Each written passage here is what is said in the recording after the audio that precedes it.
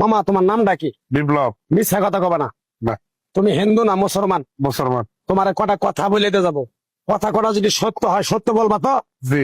একবার কও বিসমিল্লাহ। বিসমিল্লাহ। আরেকবার কও সুবহানাল্লাহ। সুবহানাল্লাহ। রাগ করলা? না। এই নামগুলো নিলে ভালো না ক্ষতি?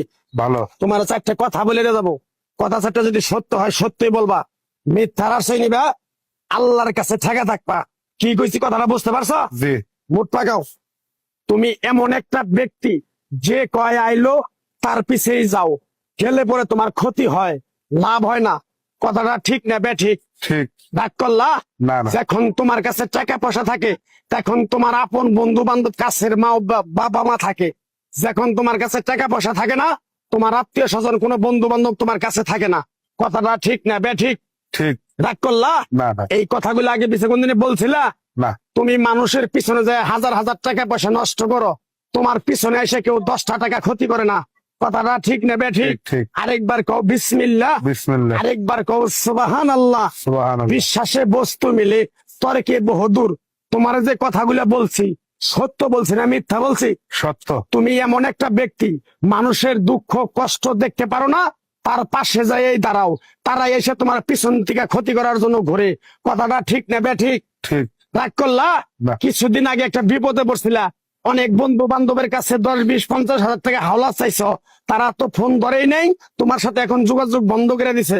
কথাটা ঠিক না বেঠিক? ঠিক ঠিক। রাগ করলা? না না। আর একটা কথা বলে যাবো, সত্যটা সত্য বলবা, মিথ্যার কোনো আশ্রয় নিবে না।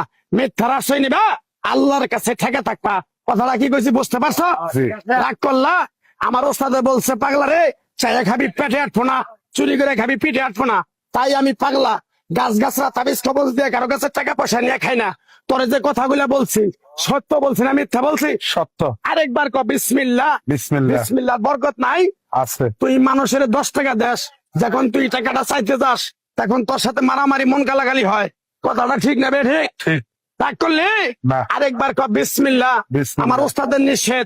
এই পাগলা, তুই আমার সাথে 28 বছর ইন্ডিয়ায় থাকলি, তুই বাংলাদেশে চলে যাবি, তোরে এক টুকরা গাছ দিয়ে যাই, এই গাছটা 10টা জায়গায় বিলিয়ে দিবি, তোর জনের উপকার হলে তোর জন্য আমার জন্য দোয়া করব।